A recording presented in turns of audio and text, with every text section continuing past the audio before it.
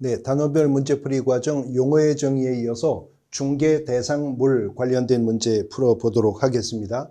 공인중개사법 3조가 중개대상물의 범위를 정하고 있죠. 그래서 우리가 법정 중개대상물이라고 부르고 있는데, 공인중개사법 3조가 직접적으로 정한 중개대상물이 토지가 있었고요.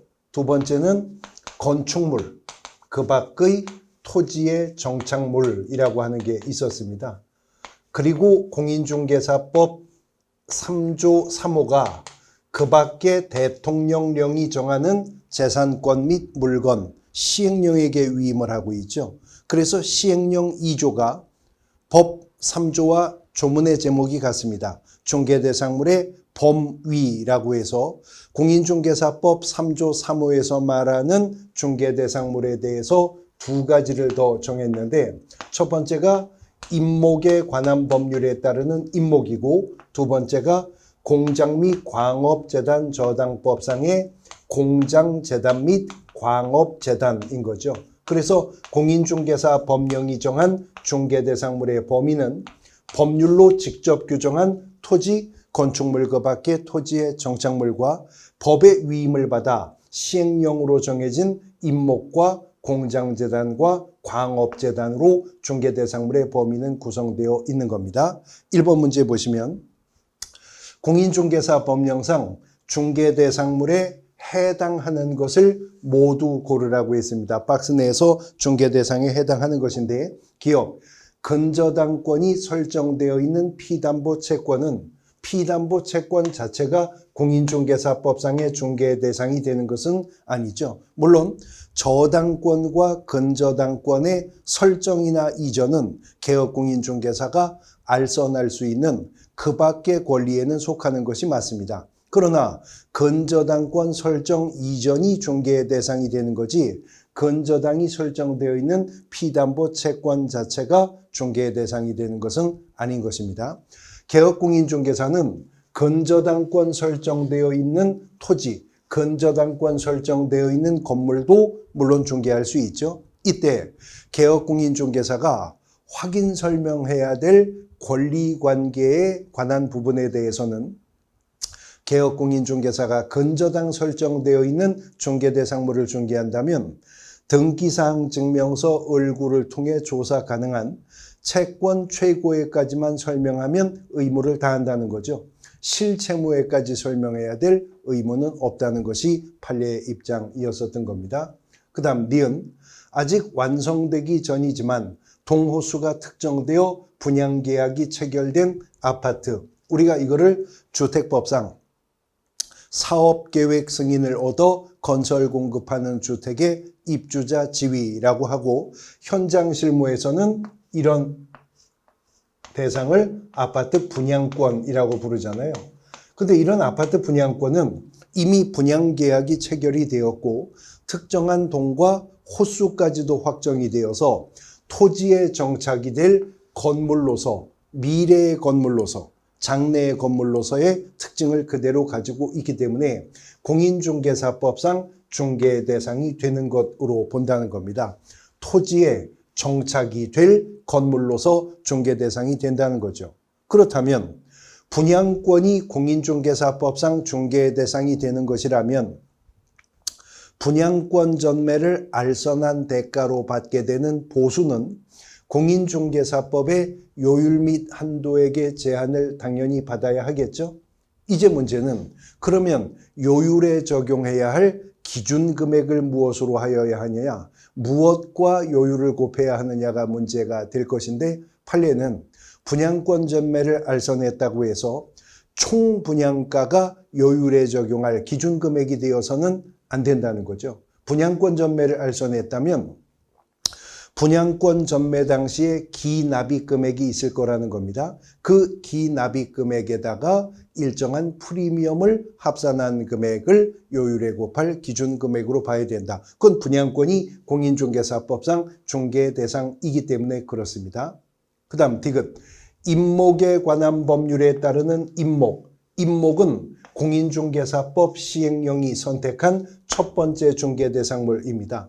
일정한 수목의 집단이 임목에 관한 법률에 의해서 소유권 보존에 등기를 필요했을 때 그 등기된 수목의 집단을 일컬어 임목이라 하고, 임목은 토지와는 완전히 별개의 독립한 부동산으로 간주가 되는 거죠. 그리고 임목은 소유권뿐만이 아니라 저당권의 목적이 될 수도 있는 독립한 부동산으로서 공인중개사법상 중개대상물 되는 겁니다. 근데 리을에 점포 위치에 따르는 영업상의 이점 등 무형의 재산적 가치, 우리가 이걸 일컬어서 권리금이라고 하잖아요. 근데 이런 권리금은 공인중개사법상의 중개 대상이 아니라는 것입니다. 근데 유의해야 될 것은 권리금은 공인중개사법상의 중개 대상이 아니다. 그러므로 개업공인중개사는 권리금 거래를 알선할 수 없다. 그러면 틀리는 지문이 되는 거죠. 권리금은 공인중개사법상의 중개 대상이 아니다. 그러므로 권리금 거래 알선의 대가로 받는 보수는 공인중개사법상의 요율 및 한도액의 제약을 받지 않는다라고 나가는 게 옳은 논리의 전개가 되는 겁니다. 어쨌거나 공인중개사 법령상 중개대상물에 해당하는 것을 모두 고르라고 했으니까 니은과 디귿만 중개대상에 속하는 것이겠죠. 그래서 2항이 정답이 되겠습니다.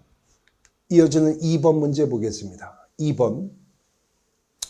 공인중개사 법령상 중개대상물이 이번에는 아닌 것, 중개대상물이 아닌 것을 묻고 있는데요. 미등기 부동산, 미등기 부동산, 무허가 건물 이런 거 관계없이 토지 건축물은 공인중개사법상 중개 대상이 될 수가 있는 것이겠죠. 그 다음 토지거래 허가구역 내 토지거래 허가라고 하는 공법상 거래 규제를 받고 있는 토지라 하더라도 그 토지가 사건의 대상이 되는 토지라면 당연히 토지로서 공인중개사법상 중개대상물이 될 겁니다. 단, 그 토지 거래를 개업공인중개사가 알선함에 있어 해당 토지가 토지거래 허가구역 안에 있는데 토지거래 허가 대상 면적에 속하는 토지이며 유상의, 다시 말해 대가성이 있는 소유권이나 지상권의 설정이나 이전이나 예약을 포함한 계약 체결을 알선하고 있다면 개업공인중개사는 거래 당사자에게 사전에 토지거래 허가를 득하여야 함을 확인 설명해야 됩니다. 왜냐하면 개업공인중개사가 확인 설명해야 할 사항 중에는 토지이용계획과 공법상 거래 규제 및 이용 제한 사항이 포함되어 있기 때문에 그렇죠. 토지거래 허가를 먼저 받으셔야 합니다. 받지 않으면 이 계약이 무효가 될 뿐만 아니라 2년 이하의 징역 또는 취득가액의 30% 범위 내에서의 벌금형의 대상이 될 수 있다는 사실을 성실정확하게 근거자료 제시하면서 개업공인중개사는 설명했어야 할 겁니다. 그 다음 3항 동호수가 특정된 장내에 건축될 건축물, 우리가 이거 앞선 문제에서도 봤었지만 분양권 말하는 거죠. 아파트 분양권 등은 장내의 건물, 미래의 건물로서 공인중개사법상 건축물, 중개대상물에 속합니다. 4항 임목에 관한 법률에 따르는 임목, 시행령이 선택한 중개대상물이 된다고 했어요. 그런데 가식의 수목, 한자까지 집어넣는데 묘목 같은 거 말하는 거죠. 그냥 살짝 묻어두다시피 그렇게 심어놓은 수목 같은 것을 말하는 건데 이 가식의 수목이든 아니면 그냥 수목이든 간에 토지에 생립하고 있는 나무를 우리가 민법에서 수목이라고 하는데 수목이라고 하는 것은 토지의 일부에 불과하죠. 토지의 부합물로서 토지와 권리관계를 함께하는 것일 뿐이지 그런 수목 자체가 독립한 중개대상물일 수는 없는 거죠. 단 이런 수목이 토지와는 별개의 독립한 중개대상물이 될 수 있는 방법이 두 가지가 있는데 어떤 수목의 집단을 임목에 관한 법률에 의해서 소유권 보존 등기를 필하여 임목이 되게 하는 방법이 있고요. 또 하나의 방법이 건축물 그 밖에 토지의 정착물이 중개대상물이 된다라고 하는데 그 밖에 토지의 정착물 중에는 명인 방법이요. 명인 방법을 갖춘 수목이라면 이 수목은 토지와 구분 소유가 인정된다는 거죠. 명인 방법이라고 하는 것은 어떤 수목 등이 토지와는 구분 소유가 인정된다는 사실을 누구든 제3자가 현장에서 육안으로 관찰해 알 수 있는 방법이라면 일정한 수목 등에 울타리를 둘러둘 수도 있고요. 일정한 간격으로 목책을 세워둘 수도 있고 진입로에 표지판을 세워 소유자와 수종, 수량을 기재하거나 나무 하나하나에 벌채할 나무라면 등거를 깎아내고 즉 나무 껍질을 벗겨내고 묵서하는 방법 등도 다 명인 방법으로 인정됩니다. 그런 명인 방법을 갖춘 수목이라면 토지와는 별개의 독립한 중개의 대상이 될 수가 있겠지만 단순한 가식의 수목 상태는 공인중개사법상 중개의 대상이 될 수가 없는 것입니다. 그래서 5항이 정답이 되겠습니다. 이어지는 3번 문제. 공인중개사 법령상 중개대상물에 해당하는 것을 찾고 있는데요. 1항 도로 예정지인 사유지. 도로 예정지라 하더라도 사유지라면 사권의 대상이 되죠. 권리득실 변경의 대상이 될 수가 있는 토지인 것이기 때문에 도로 예정지인 사유지는 공인중개사법상 중개대상물에 해당할 겁니다. 그런데 20톤 미만의 선박이라고 했는데 20톤 미만의 선박이든 20톤 이상의 선박이든 간에 우리가 이런 선박, 항공기, 자동차, 건설 장비인 중기 이런 것들을 통칭하여 준부동산이라고 분류하고 있기는 하죠. 준부동산이라고 하는데 이런 준부동산 등은 권리의 객체로서의 물건에는 동산으로 편입되는 것에 불과한 것이죠. 공인중개사법상 중개의 대상은 아닌 것입니다. 그 다음 3항 임시로 설치한 컨테이너 박스나 암석토사. 임시로 설치한 컨테이너 박스는요. 토지에 정착되어 있는 건축물이 아니므로 중개의 대상이 될 수가 없겠고요. 암석이나 토사 같은 것들은 암석이나 토사뿐만이 아니라 교량, 터널, 논두렁, 밭두렁, 축대, 담장 혹은 도로 포장물 등과 같이 토지와 부합 상태가 너무 강해서 토지의 일부로서 토지가 독립한 중개의 대상이 될 것이지 독립한 암석이, 토사가 공인중개사법상의 중개의 대상이 될 수는 없는 것입니다. 4항 분양 예정자로 선정될 수 있는 지위를 가리키는 입주권 그랬는데 입주권을 언급한다 하더라도 이런 방식으로 입주권을 언급했다면 이건 공인중개사법상의 중개의 대상이 될 수가 없는 것은 물론이고 이렇게 언급되는 입주권이라면 공인중개사법 33조가 1항에서 개업공인중개사 등에게 금지하는 행위 중에 관계법령에 의해서 양도알선이 금지가 되어 있는 부동산에 중개를 하거나 매매를 업으로 하는 행위를 금지한다고 하는 그 대상 증서에 속하는 겁니다. 중개의 대상이 아니면 물론이고 개업공인중개사가 중개하면 안 되죠. 이런 입주권을 중개하면 3년 이하의 징역 또는 3천만 원 이하의 벌금이라고 하는 행정형벌의 대상이 될 겁니다. 금지행 위반이어서요. 그런데 입주권을 말한다 하더라도요. 입주권을 말한다 하더라도 이렇게 입주권을 표현하는 것이 아니라 도시 및 주거환경정비법 또는 빈집 및 소규모 주택 정비에 관한 특례법상의 입주권을 말한다면 그거는 공인중개사법상 중개대상물이 됩니다. 이른바 재건축, 재개발 입주권을 말하는데 그런 입주권은 공인중개사법상 중개의 대상인 입주권일 뿐만 아니라 부동산 거래 신고의 대상이 되는 권리에도 포함되게 될 겁니다. 입주권은 다의적인 의미로 사용되므로 출제자가 어떠한 입주권을 말하느냐에 따라서 구분하여 판단하셔야 됩니다. 그 다음 5항 공장재단과 분리된 공업소유권이라고 했는데 공장재단, 광업재단이라고 하는 것은 공장을 구성하는 어떤 일단의 기업용 재산, 광산을 구성하는 어떤 일단의 기업용 재산이 공장 및 광업재단 저당법에 의해서 일체화되어서 하나로 묶여서 소유권 보존에 등기가 된 것을 각각 공장재단, 광업재단이라고 하는데요.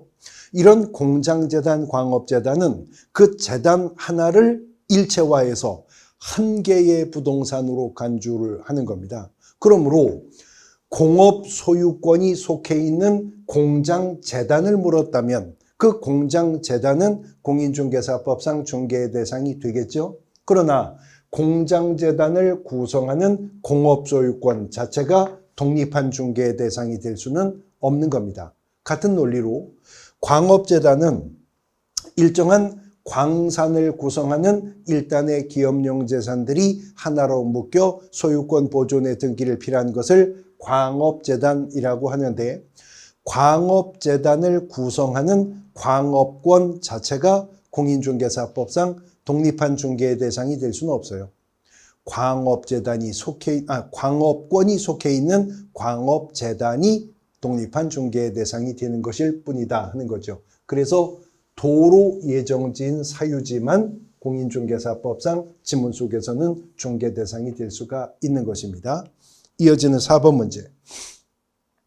공인중개사 법령상 중개 대상물에 대한 설명으로 틀린 것을 묻고 있는데, 1항에 보시면 의제 부동산은 모두 중개 대상물이 된다. 지금 의제 부동산이라고 했는데 다른 말로 준 부동산까지 포함하는 개념이죠. 자동차, 선박, 항공기, 건설장비, 중기 등까지입니다. 그런데 민법 99조가 말하는 토지 및 그 정착물 외에 공인중개사법이 중개대상물로 선택한 것은 임목에 관한 법률에 따르는 임목과 공장 및 광업재단 저당법에 따르는 공장재단 및 광업재단만 중개대상이 되는 것이지, 어업재단이라든가 항만운송사업재단이라든가 준부동산으로 분류가 되는 자동차, 선박, 항공기 등은 중개의 대상이 아닌 것이죠. 그래서 1항이 틀린 지문으로서 정답이 되는 것입니다.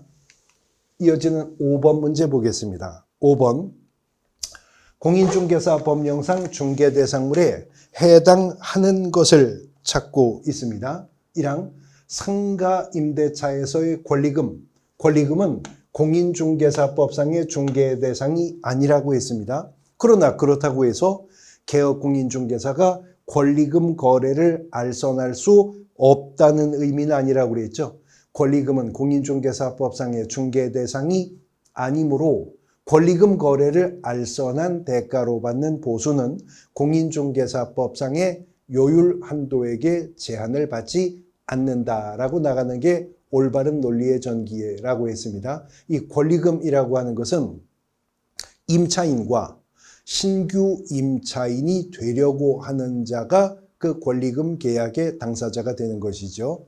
상가건물 임대차 보호법은 임차인이 신규 임차인이 되려고 하는 자로부터 권리금을 지급받는 것을 임대인이 방해할 수 없도록 하는 권리금 보호 보장 규정을 또 두고 있는 것이고요. 그 다음 2항 하천법상의 하천 그랬는데, 하천법상의 하천이면 국유재산이겠죠. 사권의 대상이 아니기 때문에 중개할 수가 없게 될 것인데요. 단순히 하천법상의 하천뿐만이 아니라 포락지라고 하는 개념을 묻는 문제도 기출된 적이 있었는데요. 포락지라고 하는 것은 원래 사권의 대상인 토지였었던 거죠. 그런데 하천의 유역 변경이나 범람, 바닷물의 넘침 등으로 물에 무너져서 사권이 소멸한 것을 포락지라고 합니다. 포락지 또한 사권이 소멸하여 지금 현재 사권의 대상이 아니기 때문에 중개의 대상이 될 수가 없다는 것인데, 판례는 포락지는 영구히 사권이 소멸한 것으로 봅니다. 그러므로 포락지가 후일 성토된다 하더라도, 다시 무토로 드러난다 하더라도 그것은 사권의 대상이 아니기 때문에 중개가 될 수가 없다라고 하는 거죠. 3항 환매 등기가 설정된 토지, 환매 등기가 되어 있다 하더라도 토지는 사권의 대상이므로 공인중개사법상 중개의 대상이 될 수가 있는 것이고, 개업공인중개사가 알선할 수 있다는 그 밖의 권리에는 환매권이라고 하는 것도 포함되는 거죠. 환매권이라고 하는 것은 등기사항 증명서 갑구에 등기가 될 수 있죠. 등기된 환매권은 양도할 수 있기 때문에 거기에 개업공인중개사의 알선이 개입될 여지가 생기게 되는 것입니다. 그 다음 사항, 건물 일실의 저당권 그랬어요. 그런데 이 부분이 좀 상대적인 것인데, 지금 중개대상물에 해당하는 것을 묻고 있고요. 환매 등기가 설정된 토지 개업공인중개사가 중개할 수 있기 때문에 사망이 정답이 되는데, 물론 건물 일실에 대한 저당권은 원칙적으로 중개의 대상이 될 수 있는 것은 아닙니다. 근데 문제는 건물 중에는 구분 소유가 인정이 되는 집합 건물도 있죠. 근데 집합 건물 중에는 일실 구조도 있을 수가 있어요. 원룸 오피스텔 있을 수 있잖아요. 도시형 생활주택 일실 구조고 있을 수 있죠. 만약에 일실이라 하더라도요, 그게 구분 소유가 인정되는 집합 건물이고 그 일실이 구분 소유의 목적이 되는 경우라면 거기에 저당권 설정은 알선할 수도 있을 겁니다. 그 다음 5항, 주택이 철거될 경우에 일정한 요건하에 택지개발지구 내에 이주자 택지를 공급받을 지위, 이거를 대토권이라고 하는데, 여러 번 대법원 판례 문제로서 출제가 되는데, 대법원 판례에서 대토권은 공인중개사법상 중개 대상이 아닌 것으로 봅니다. 명백하게 3번이 정답이지만 사항은 지금 제가 설명드린 이유를 근거로 해서 이의 신청을 한다면 복수정답이 인정될 여지도 있는 문제입니다. 이대로 출제가 되었을 때, 그러면 이의 신청이나 행정소송을 통해서 득점하시겠어요? 그냥 고사장에서 안전하게 득점하시겠어요? 그러니까 이런 문제가 생긴다면 당연히 마킹은 사망으로 가져가셔야 되겠죠. 약간 논란의 여지는 있을 수 있는 문제라고 하는 것입니다. 이어지는 6번 문제 보겠습니다. 6번. 공인중개사 법령상 중개대상물과 중개대상 권리에 관한 설명으로 옳지 않은 것은, 틀린 것을 묻고 있는데 5항 지문을 보시면 저작권과 상표권 등도 재산적 가치가 있으므로 중개대상 권리에 해당한다. 물론 저작권도 상표권도 재산적 가치가 있다는 말까지는 동의할 수 있습니다. 그러나 공인중개사법상 중개대상에는 속하지를 않는 거죠. 물론 공장재단은 공장을 구성하는 일단의 기업용 재산들을 하나로 묶어 소유권 보존에 등기를 필요한 것이기 때문에 공장재단의 구성 요소 중에는 저작권도 있을 수 있고 상표권도 있을 수가 있는 거예요.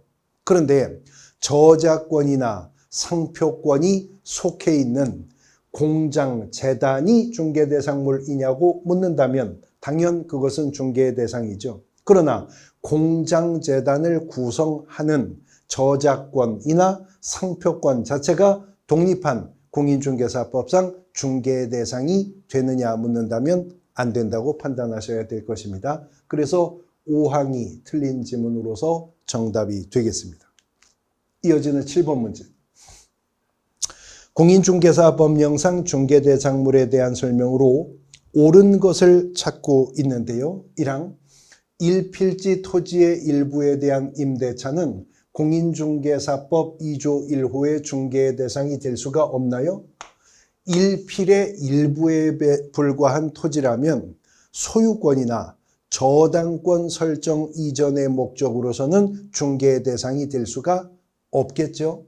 토지는 필 단위로 거래가 되는 것이 원칙이니까. 그러나 분필하지 않은 일필지 일부에 속하는 토지라 하더라도 그 토지만을 소유자가 목적물 삼아 타인에게 사용 수익해 하고 대가를 지급받기로 하는 약정, 임대차 계약은 얼마든 체결될 수 있잖아요.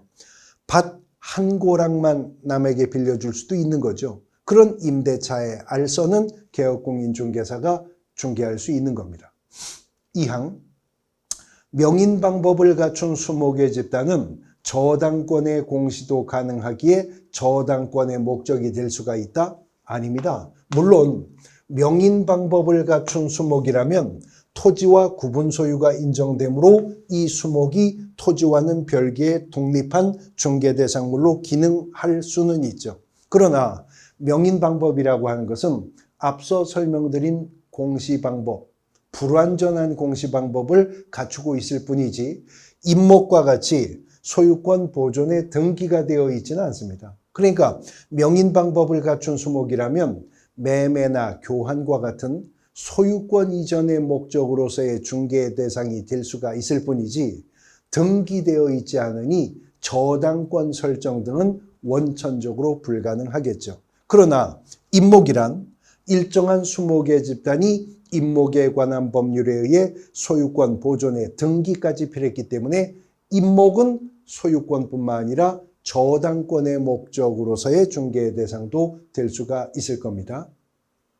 3항 동호수가 특정되지 않았지만 이미 건축이 완료된 아파트는 중개 대상물인 건축물에 해당한다 그랬는데 동호수가 특정되지 않았다 하더라도 이미 건물이 건축이 완료되면 토지에 정착이 된 건물로서 공인중개사법상 중개대상물이 될 수는 있는 겁니다. 3항이 옳은 지문 정답이고요. 4항 공장 및 광업재단 저당법상 광업재단은 소유권만 공시가 되나요? 아닙니다. 공장재단도 광업재단도 모두 다 소유권과 저당권의 목적이 될 수가 있고요. 공장재단이든 광업재단이든 재단의 저당권이 설정되면 재단에 설정된 저당권은 재단을 구성하는 재단 목록에 기재된 모든 물건에 그 저당권의 효력을 미치게 되도록 규정하고 있습니다. 5항 가압류된 토지는 사법상 거래가 불가능하므로 중개의 대상이 될 수 없다.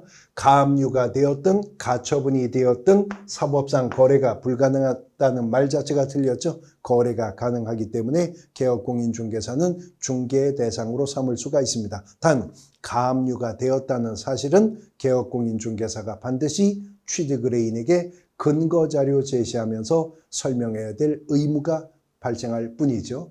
3항이 옳은 지문으로서 정답이 되겠습니다. 이어지는 8번 문제 보겠습니다. 공인중개사 법령상 중개대상물에 해당하는 것을 모두 고르라고 합니다. 기업, 동호수가 특정되어 분양계약이 체결된 아파트 분양권, 토지에 정착이 될 건물로서 미래의 건물로서 공인중개사법상 중개대상이 된다 했었고요. 니은 기둥과 지붕 그리고 주벽이 갖추어진 신축 중인 미등기 상태의 건물은 토지에 정착이 이미 되었으므로 미등기여도 무허가여도 건축 중이라 하더라도 하나의 건물로서 중개의 대상에 속하게 될 겁니다.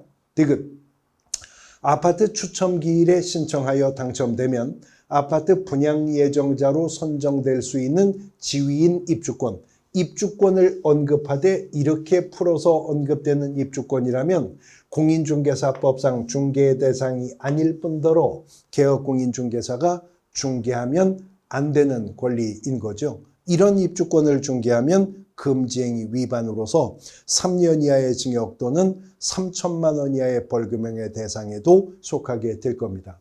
리을 주택이 철거될 경우에 일정한 요건하에 택지개발지구 내에 이주자 택지를 공급받을 지위인 대토권, 앞서서도 대토권을 언급하는 지문이 있었는데 대토권은 필지가 확정된 상태가 아니므로 공인중개사법상 중개 대상일 수가 없다고 했었습니다.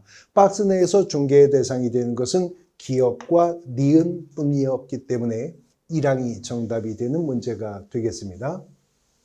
이어지는 9번 문제. 임목에 관한 법률에 따르는 임목에 관한 설명으로서 틀린 것을 묻고 있는데 3항 지문을 보시면요. 토지 소유권 또는 지상권 처분의 효력은 임목에 미친다? 안 미칩니다. 왜냐하면 임목은 토지와는 완전히 별개의 독립한 부동산으로 간주가 되기 때문에 이제 임목은 토지 소유권이나 지상권 처분에 전혀 영향을 받지 않게 된다는 거죠. 그렇기 때문에 일정한 수목의 집단이 임목 등기가 된 후에 토지상의 저당권이 설정되면 토지 저당권의 효력이 전혀 임목에 미치질 못하게 될 것이라는 겁니다. 그 사실을 토지 저당권자가 알아야 토지의 올바른 담보가치를 평가할 수가 있겠죠. 그래서 일정한 수목의 집단이 임목 등기가 되면 그 임목 등기된 사실은 토지 등기사항 증명서 어디에? 표제부에 임목 등기 기록을 남기도록 하고 있다는 거죠. 그러므로 개업공인중개사는 토지 등기사항 증명서 표제부 확인만으로도 필지 내에 임목이 존재하는가 여부만큼은 명확하게 알 수 있게 될 것이다 하는 것입니다. 또 이미 임목 등기가 되고 토지의 저당권이 설정되었다면 토지 저당권의 효력이 임목에 미치지 못하게 되기 때문에 그런 임목이 토지 경매 등의 사유로 인해 토지 소유자와 임목 소유자가 갈리는 문제가 생길 수도 있다는 거죠. 이때 임목에 관한 법률 6조는 토지 소유권의 승계인은 임목 소유자에게 지상권을 설정한 것으로 본다. 임목법 6조에 의해서 발생하는 법정지상권의 문제도 간혹 출제가 되고 있는 겁니다. 사망이 틀린 지문으로서 정답이 되겠습니다.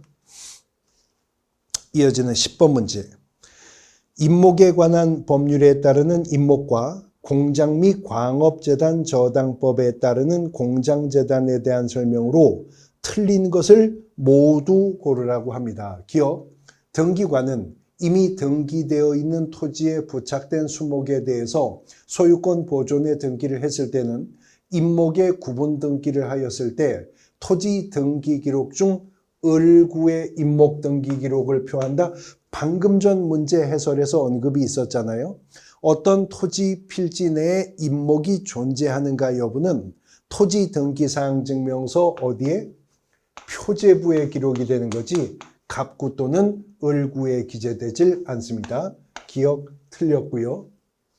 니은 임목을 저당권의 목적으로 하려는 자는 그 임목에 대해서 보험에 가입을 해야 되는데 농업협동조합법이나 산림조합법에 따르는 공제 방법을 포함한다. 니은은 옳은 말입니다. 임목은 명인 방법만 갖춘 수목과는 달리 등기가 되었기 때문에 소유권과 저당권의 목적이 될 수가 있죠. 그런데 민법상의 부동산인 토지 건물과는 달리 임목은 그 대상이 토지에 생립하고 있는 살아서 자라나고 있는 수목의 집단을 대상으로 하는 것이거든요. 살아있다는 것은 죽을 수가 있다는 거잖아요. 그러니까 수목이 풍수해나 산불 등으로 멸실될 수가 있기 때문에 임목에도 저당권을 설정할 수 있는데 임목의 저당권을 설정할 때는 이런 풍수해나 산불 등을 대비해서 보험에 붙여야 한다 하는 것이 임목법의 특칙 규정인 겁니다. 디귿 공장재단의 구성물은 동시에 다른 공장재단에 속할 수가 있겠어요? 재단 하나가 이미 일체화되어서 수물일권을 인정받기 때문에 공장재단에 속해 있는 구성물이 동시에 다른 재단의 구성물이 될 수는 없게 되는 것입니다. 리을 공장재단은 공장재단 등기부에 소유권 보존 등기를 함으로써 설정이 되어서 재단 하나가 한 개의 부동산으로 간주가 되어 소유권과 저당권의 목적이 되게 될 것이죠. 미음 공장재단의 구성물은 저당권자가 동의한 경우에도 공장재단과 분리하여 임대차의 목적으로 하지 못한다. 저당권자의 동의가 있다고 하면 공장재단의 구성물에 대해서 저당권자의 동의를 전제로 임대차는 가능한 겁니다. 미음 틀린 지문이고요. 비읍 공장재단의 소유권 보존의 등기의 효력은 소유권 보존 등기를 한 날로부터 10개월 이내에 저당권 설정 등기를 하지 아니하면 상실된다. 그렇답니다. 그리고 공장재단에 설정된 저당권이 말소가 되었음에도 재단의 효력을 유지하려면 다시 10개월 이내에 해당 재단의 신저당권이 설정되어야 한다라는 겁니다. 그러므로 공장재단, 광업재단은 저당권과 동반하지 않고는 10달 이상 그 개념이 유지될 수가 없다라고 하는 겁니다. 지금 틀린 것을 모두 고르라고 했으니까요. 기역과 디귿과 미음입니다. 그래서 사항이 옳은 지문으로서 틀린 지문으로서 정답이 되겠습니다. 자, 법정 중개 대상물 관련한 마지막 문제 11번 문제입니다. 공인중개사 법령상 중개 대상에 관한 설명으로 틀린 것을 묻고 있는데 5항을 보시면 중개 정의에서 말하는 그 밖의 권리에 저당권이 포함되지 않나요? 포함된다고 했죠. 알선할 수 있는 그 밖의 권리에 저당권이 포함되는데 심지어 대법원 판례에 따르면 저당권 설정 알선 행위가 금전 소비대차에 부수하여 그 채권 담보 목적으로 이루어지는 저당권 설정 행위라 하더라도 그 또한 공인중개사법상 중개 대상이 된다라고 하는 것이 판례의 입장이었었던 것이죠. 공인중개사법 3조와 동법 시행령 2조에 의해서 설정된 중개 대상물의 범위와 개별적 특징들과 관련된 단원별 문제 풀어보셨습니다.